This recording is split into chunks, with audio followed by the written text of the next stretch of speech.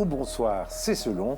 Bienvenue dans la 16e émission, saison 2 des Visages de la Recherche, des hommes et des femmes passionnés, créatifs, mais méthodiques, et qui cherchent à comprendre ce qui nous échappe encore, et cela dans tous les domaines. Francesca Cecchet, bonjour ou bonsoir. Vous êtes chercheuse qualifiée FNRS en physique à l'université de Namur. Alors, la jeune Francesca, en Italie, quel était son rêve? Déjà devenir chercheuse? Très rapidement, oui, très rapidement pendant mes études, non pas en physique, mais en chimie. Oui.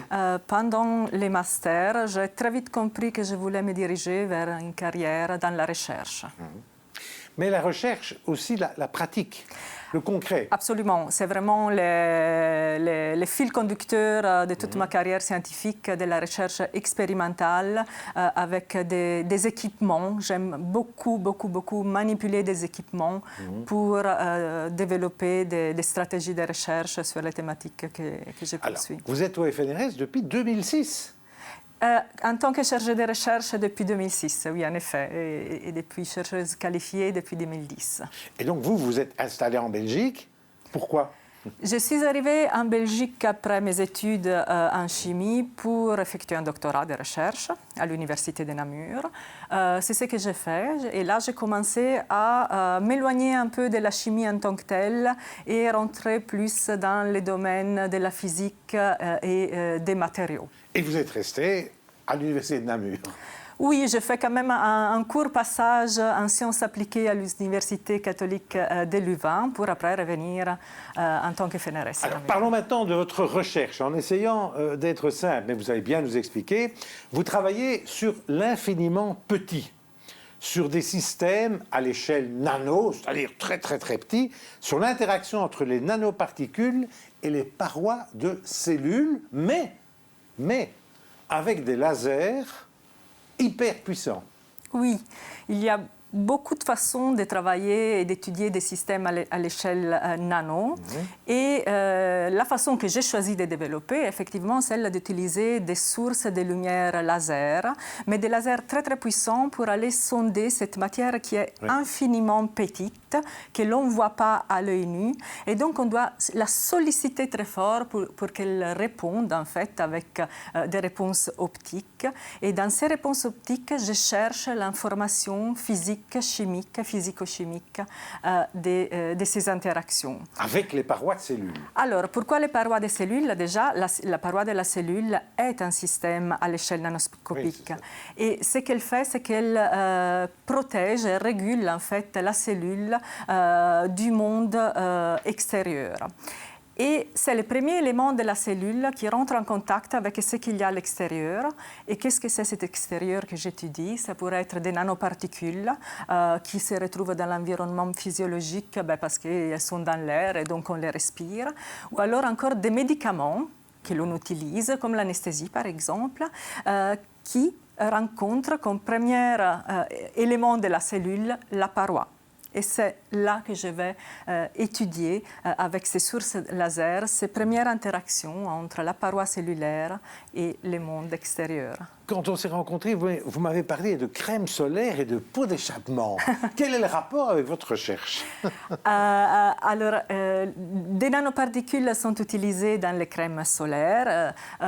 D'autres sont spontanément émises dans la combustion des pots d'échappement et donc elles peuvent pénétrer par inhalation dans les organismes. Donc la source est différente, mais la taille nanométrique de ces deux nanoparticules pose la même question, c'est-à-dire est-ce qu'elles sont toxiques pour la cellule? Et voilà que pour la cellule, ça veut dire est-ce qu'elles peuvent pénétrer la paroi cellulaire? C'est ça que j'essaie de regarder. Vous m'avez aussi parlé de la lidocaïne. J'ai choisi la lidocaïne parce que c'est un anesthésiant assez générique. Et il y a une question scientifique qui reste ouverte dans le monde de la recherche, à savoir les mécanismes vraiment fondamentaux d'action de la lidocaïne et de tous les anesthésiants sur la paroi cellulaire. C'est-à-dire, est-ce que c'est la bicouche lipidique qui constitue la paroi cellulaire qui a un rôle actif dans l'interaction avec la lidocaïne, ou ce sont les protéines qui sont au sein de cette bicouche qui ont un rôle actif. Alors, on va regarder des fines couches nanométriques. Pour essayer de répondre à cette question, il faut des sources optiques très puissantes qui puissent aller comprendre ces interactions. Dites-moi, votre machine où vous regardez l'infiniment petit, elle est unique en Belgique? Oui. La machine qui a été développée dans notre laboratoire utilise des sources laser qui sont tout entièrement développées au sein du laboratoire. Et effectivement, la technologie et la technique est unique en Belgique et assez rare, je dirais, en général, dans le monde. Elle se trouve essentiellement dans des laboratoires de recherche en physique. Alors, pour qu'on comprenne, in fine, vous travaillez quand même avec un ordinateur. Oui. Par rapport à tout ce que votre machine vous révèle d'infiniment petit, parce qu'on ne se rend pas compte, mais c'est vraiment... Tous les signaux que l'on génère sont évidemment enregistrés en format de spectre sur un ordinateur, mais il y a aussi par après beaucoup d'interprétations et d'analyses qui se basent sur des analyses mathématiques ou des modélisations des processus optiques que l'on sonde, qui se font par des outils parfois computationnels. Oui. Alors, vous dites que vous observez l'infiniment petit à l'optique, etc. J'imagine qu'aujourd'hui, en 2025, on va encore aller plus loin en 2030 et que votre machine pourra encore voir encore plus loin, encore plus petit. Jusqu'où pourra-t-on aller? Oui, il y a la partie technologique des lasers qui est un développement continu. On pourrait obtenir des puissances encore plus importantes ou des durées temporelles du laser beaucoup plus courtes. Nous sommes au femtoseconde dans notre laboratoire, on pourrait aller plus loin pour sonder d'autres phénomènes des molécules, des phénomènes dynamiques et voir aussi des phénomènes associés aux composants de la molécule, les atomes ou les électrons au sein des atomes. Dites-moi, une question un peu philosophique. À force d'être tout le temps dans l'infiniment petit, est-ce qu'on a une autre philosophie? Est-ce qu'on voit le monde autrement?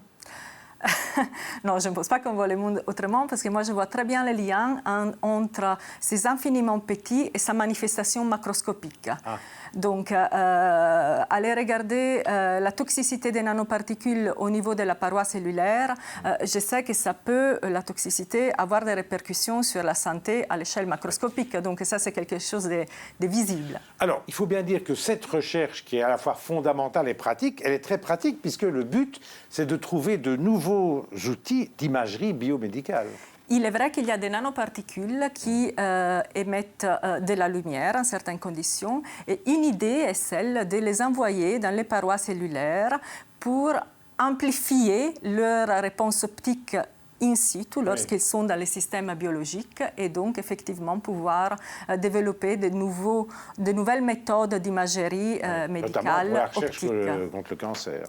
Notamment pour la recherche sur les cancers, sur les cellules cancéreuses. J'ai envie de vous poser aussi une question sur un tout autre projet, qui est le projet Phoenix, où vous travaillez avec des historiens pour essayer de mieux comprendre la composition d'objets anciens sans les abîmer. Alors là, on change complètement, mais on reste quand même dans votre machine, si j'ose dire. Absolument. Donc, il y a deux choses qui sont communes à la recherche précédente. La première, c'est qu'on utilise des sources de lumière pour étudier ces objets sans les endommager. Et l'autre aspect qui est en commun avec ma recherche précédente est l'interdisciplinarité.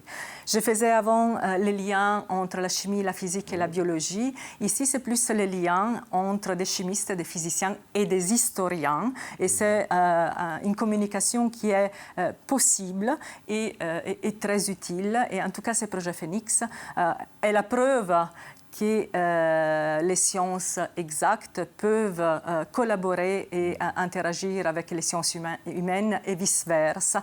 Les sciences humaines ont des questions scientifiques auxquelles les sciences exactes peuvent répondre. Dites-moi, quel est l'endroit où votre esprit est vraiment boosté pour la recherche? Le jour, la nuit, la forêt, votre bureau? Ah, mon laboratoire.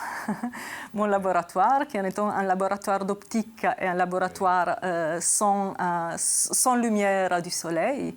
C'est là que vous vous sentez le mieux. Oui. Avec, pour une Italienne, oui. sans soleil. Oui, sans soleil, c'est vrai, mais c'est quelque chose que j'aime vraiment beaucoup travailler expérimentalement sur ces équipements scientifiques de pointe et toutes ces flash-lumières. Dites-moi, dans votre recherche, quelle est votre utopie la plus atopique?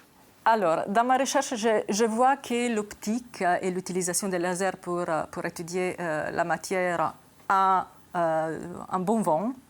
Donc, je suis très optimiste pour le futur, mais quel que soit le domaine de recherche, un besoin est celui certainement d'avoir les outils matériels, donc les budgets. Et les budgets vraiment que nous cherchons et nous avons vraiment du mal à trouver facilement est celui qui peut engager des chercheurs. La recherche, je ne la fais pas toute seule dans mon laboratoire, c'est un travail d'équipe. Et cette équipe, il faut la recruter et la payer. Et la faire croître.